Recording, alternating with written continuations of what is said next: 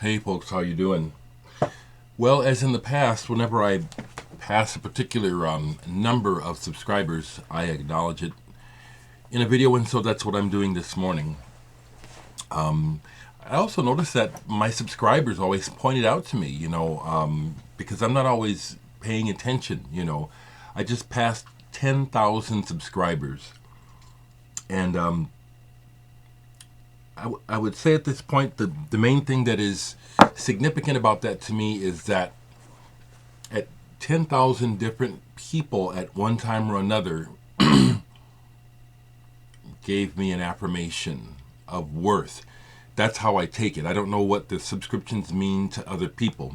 That's the meaning that I derive from it. And I take pride in it because on all social media platforms, the content that has the most hits is usually the most vacuous, empty, and worthless. I feel good that 10,000 people have said yes, thumbs up to Dereck, because I'm over here just being myself, talking about what interests me, mainly music and my record collection, and current events, and just my worldview. Thank you for stopping by and giving me a subscription. Thank you. I also notice that it goes up and down, that people unsubscribe. I unsubscribe from other people, at different times when it looks like, whatever the reason is, I am unsubscribed. So it's just a cool number, 10,000 people. That's a lot. Wow, The other thing is I don't ask you to subscribe. I may have done that once or twice years ago. I don't ask people to subscribe. You subscribe because you want to. You watch because you want to. Okay? Which is why, again, I'll say why I turn off the like button is because I have some folks who are, whatever their agenda is, there's always at least 2 dislikes, like someone's trying to make a point.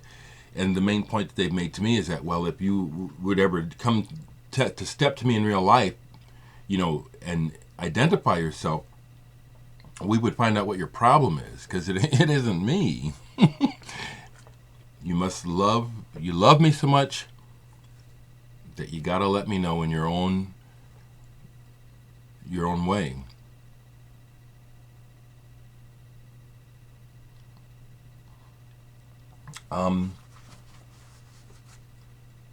Thank you. Like I said, when I first discovered people showing videos, the whole idea excited me. I was also working full time, so I had more of an income so that I could buy more regularly. And that works well with watching a lot of videos. When I watch videos now, I get sad sometimes. I get jealous, to be honest. And other times I get a little bored, if I had the disposable income to every time I see a record that's interesting, I want that, I can go buy it, it would be different. And so that has a lot to do with why I don't just sit here and watch people's videos like I used to. But I still encourage the community and people to do your thing. Make your videos. Make them for yourself if no one else, because I do this self-indulgently. I'm glad that people like it, but do I watch my videos to see, did I express what I thought I was saying well? I do. Just like, to me it's practical. I live alone. I'll be 61 this year.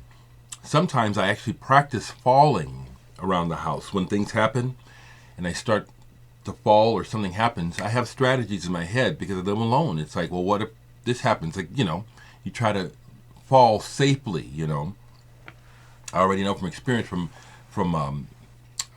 hurting my knee and having to have surgery about a bad fall, or just letting yourself fall and not trying to negotiate it. So it's the same mentality I have about watching my own videos. It's like, am I coming across? Is that what I meant to say? I have deleted a few videos in the past where I just angrily said things, and I look back and say, that's too much emotion, it's not enough information. It's like I've vented, but sometimes when we vent, all we do is hurt others. I vent like all humans, and we have the right. But the thing that I have also learned is like everything is a two-way street. And sometimes if I come too angrily, all I've done is kind of hurt myself. Excuse me. So I'm learning from that, and I try to pass that on, especially to people who continue to consistently be kind of meat-headed. And I will call it that. It's like, it is. It's like, well, this is just really pretty thoughtless, A lot of ego going on here, a lot of fake ego, puffed up fake shit, I always want to address this because I do understand human behavior, especially in the Western context. If I was raised in a different culture that's very different from Western mores, my outlook would be completely different. It would be because of the way that I'm raised. I understand that. Matter of fact, I'll go a step further because I know that one of the people who would basically verbally attack me as though he actually had something for me. I'm not going to say the person's name because I think I put it to rest. I left the comments public wherever they are on a video or a message. But for years, I had to block him, and then he came back with another, coming at me angrily. Never met this person. Comments are always angry. Like I've done something, and he's here to fix it. Never met this person. Don't know who they are. And I always thought why does this person keep bothering me? Why do they think they need to do this? And it finally came out, especially after the person got angry and got nasty, which I haven't done. Back to this person, I'm very happy. I kept my cool because I was saying, this is not my problem. This person is bringing their problem to me. Let's find out what it is. And I finally found out what it is, and so did he, because he said so in the next message, which is, you're basically trying to be mad at me because I don't think like you do. You have a belief that for some reason you think I'm supposed to have. Oh my goodness. Let's get intelligent for real. Belief is not universal. Belief is not fact. Belief is something very personal that we each do and get to decide about. It's how we synthesize information and experience that leads us to believe certain things. Belief is not universal, and it also shows the ignorance of mankind that at this point in our history, when we're supposedly so intelligent that we still kill each other over beliefs, stopping short of realizing, oh, it's just a belief, it's in their head. It's what they think, it's not real. We're making it real because we don't understand that everyone can't believe the same way. What point would there be, okay?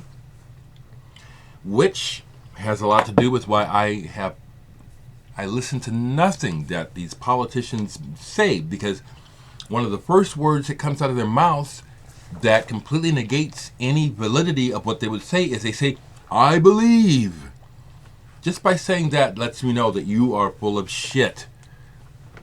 As a politician, saying I believe is setting yourself up to create a framework that is completely self-serving, has nothing to do with what is factually needed.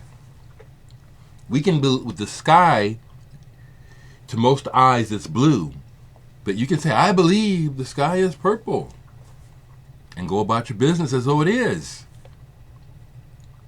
People throughout history, because of the force of their will and ego, make others follow them according to their beliefs, but that doesn't make what they're doing right, and it doesn't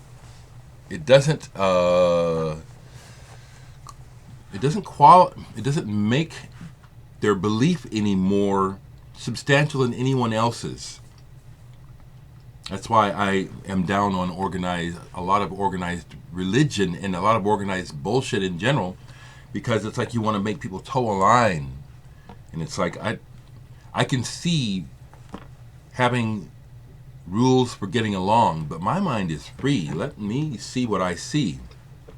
Matter of fact, I was thinking the other day that our lives, another way of looking at life is like we're looking at life through this and this, and this is our television.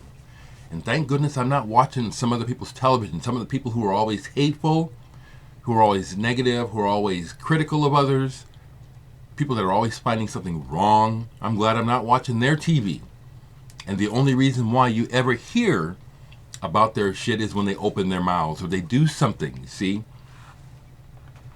People with a little bit of intelligence can see what I'm saying. There's a lot of truth that we live through our own experience and project that out. It's not a universal grid that says, ice cream always tastes like this, grass always feels like this.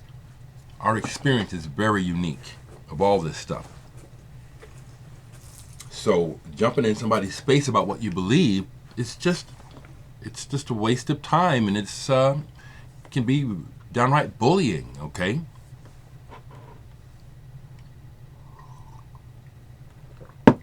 Yes, I talk a lot, and sometimes I talk a lot about nothing about music. But that's because this is information that is useful to someone, and it's useful to me. And if it's useful to me, then I know it's useful to somebody else. And also I get plenty of comments that let me know, yes, thank you for talking. Something you said hit a nerve. Something you said made me think about something. Something you said helped me through the day.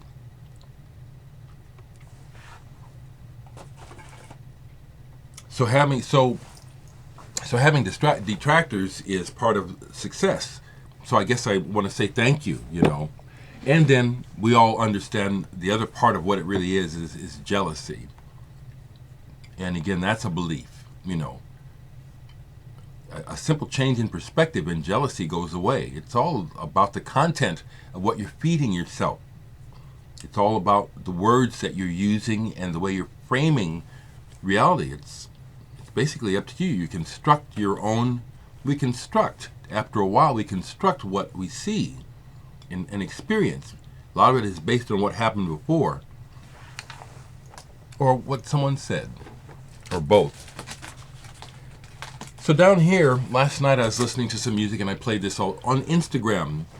If you're on Instagram, you can follow me. I'm just using my name, Dereck Higgins, because I'm proud of that name. And yeah, I want it to be known. So I put stuff on Instagram, mostly music. Last night I put a little snippet of this playing by Alan Holdsworth, Atavakron. I don't know how you say the word. Looks like there's some sort of Star Trek or science fiction connection here. I just know that I really like this, and Tony Williams plays some incredible drums on this album, on one track in particular, Looking Glass. Here's a collector's item that I have for the music, but it's collectible. It's it's not easy to find, and I have an early pressing. I've checked it out. Albert Ayler with Don Cherry, John Chakai, Roswell Rudd, Gary Peacock, and Sonny Murray. New York Eye and Ear Control on ESP. I got this copy from a private collector in about 1970. About 1975 or 76. The album originally came out in 1966. It was reissued in about 1972. So when I started to look this up, I started to think, oh, okay, I probably just have a reissue, Well, it doesn't really matter, but in a way it does. But I checked it out. This is a 1966 pressing. It's the first run.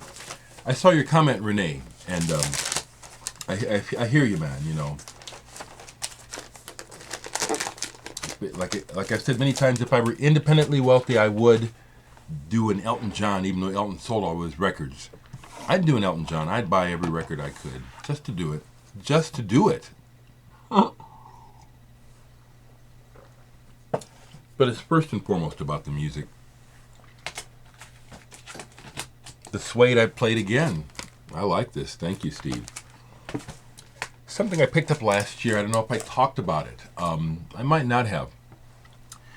But I like library music, music that's made for industry, film, TV commercials, stuff like that. Well-known musicians as well as unheard of musicians have made scads of library music over the years, and some of it is really good. I mean, really good. So I like film music. Here's one that I found by Piero Umiliani. And for this, he is billed as Mzala. Problemi Dogi. I'm not sure how you say it. This is library music, but this is killer. It's like Helden. Okay? A lot. When you first put it on, it's like, whoa. I put a snippet of this on Instagram, and a couple of the other collectors who I can tell are collectors because of their posts on Instagram made comments. Yeah, this is like one of those. And my Albert Eiler is one of the first posts on Instagram where I've gotten where it's obvious from their posts that these guys are knowledgeable collectors, where they made comment, because this is an item. It is an item. Mike, who is from Nebular Wave, left a link on one of my videos to how to buy the record. Apparently, people already knowing it, because I've already gotten a message from someone who's already bought this and said they like it. There's only 100 copies of this on vinyl. So if I think after the video is done, I'll think to add the link below this if you want to get this Nebular Wave. Also, with that in mind, I don't do this a lot because it's not why I'm here.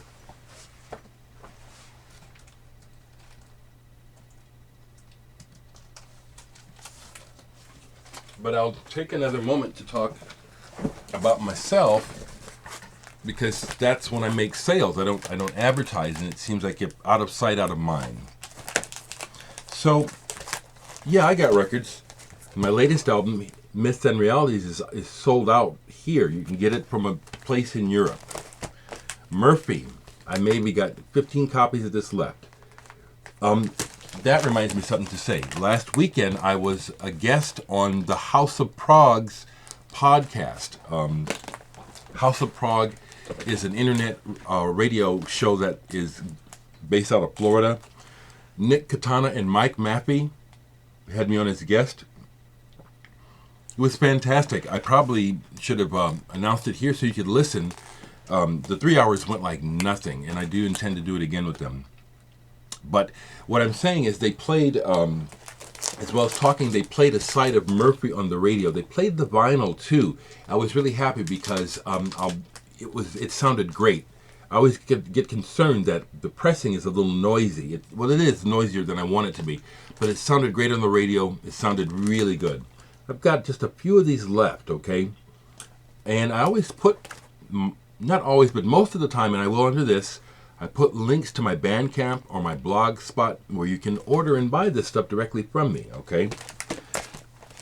I guess the album I'm the most proud of is Flyover. Seems like this one is the best of what I've made so far, overall. And I made the most copies of. There's 500 of these, okay? But they're selling. Since I won this award and have been announcing it and letting people know, and it's been getting out, I know this is part of it because locally it's started to sell again. But also I've got one to go. It seems that a little bit of information helps people realize, oh, it's still available. This is still available. My other albums are all sold out. Sonospheres 2, ambient music. I love this album. Very proud of this. It's all gone. Sonospheres number 1. I only made 100 of these. Those sold out immediately. Dereck number 3. This has been long gone. Every now and then you see this on the internet up for sale. This is a limited edition of this, numbered. Dereck number 2 as well. Been sold out. Old picture of me with my sister and my nephew. Painting by my sister. And then my first album, which came out not chronologically like these on vinyl. It came out later, but I've still got copies of this, as well as Murphy and Flyover. I also pulled what was next to them, which is the High Llamas. Higgins, I file my records alphabetically, artist by last name, okay? So High Llamas come after Higgins, and this is a 12-inch single Kid Loco mixes. And here's Can Clatter. I love the High Llamas. High Llamas and Stereolab have a lot in common. Both bands take a lot of inspiration from Pet Sounds by the Beach Boys. It's real obvious in the High Llamas sound that they are trying to recreate the Pet Sounds, almost like they're trying to make it a whole genre of music. Not a problem to me. Very cool with me. Bowie is still in the ether. Even before David Bowie died, he was someone that came up often in my thoughts. And I want to share something with you because I intuited, and I documented this on Facebook years ago, probably about the time that David Bowie got diagnosed with cancer. Something was just hitting my gut, and I would just say, where's David Bowie? Where's David Bowie? Where's he been? And I put that on Facebook a couple times, and got some responses. Cool movie, Man Who Fell to Earth. And it was a year and a half or so later that the next day dropped. But it was like I was feeling something. And scientists are proving that these feelings and intuitions are real and that we are connected consciously. I mean, consciousness is probably what reality is as opposed to matter. But I study that stuff. I'm just saying what makes sense to me, because I don't know. We don't know. Watch out for people who tell you they know, because those people are dangerous. All right? But consciousness seems to be like this big field, this field of potential, and we do get insights, intuitions. We do. You get that feeling like someone's looking at you, turn around and someone's looking at you. All this stuff is real, So that's what I'm saying about the Bowie, which is I sort of intuited that something was going on with the man, And just a very larger-than-life figure, just a very important man.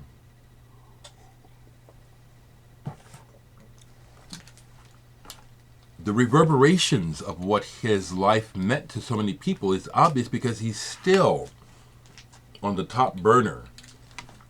Lemmy is still there a little bit. No offense personally, but talking about the context of their art. Glenn Frey, okay? They're both musicians, but what they represented, very different, Not an insult to Glenn Frey. And that's the other thing that I learned, is to rise above that bullshit. I used to have those old, corny, immature attitudes about mainstream music and mediocrity. And even though there's a lot of truth about mediocrity and the mainstream, I have no business looking down my nose at it. So I've stopped that. See, it's like trying to be a decent guy, okay? And there's no reason for that. So it's 25 minutes and, I'm in a good mood. The sun is shining. I actually have quite a bit of work to do, music today, to try to finish up this R&B EP that we're going to put out on CD. We're going to do it on CD. Vinyl is just so expensive. And thanks to Record Store Day, this is one of the negative things about Record Store Day. If I put it in order for vinyl, I'm at the back of the line. All the pressing plants right now are in a frenzy to get ready for Record Store Day, mainly just to make the money. Once again, art takes a back seat to business. You don't have to agree with me, but this has been my experience, that even though there's been a lot of innovation and cool things that have happened in the world because of business, The world is also suffering greatly, and we're in dire, dire shape because of the continued focus on business. Thank you, folks. 10,000 strong. Thank you. Thank you.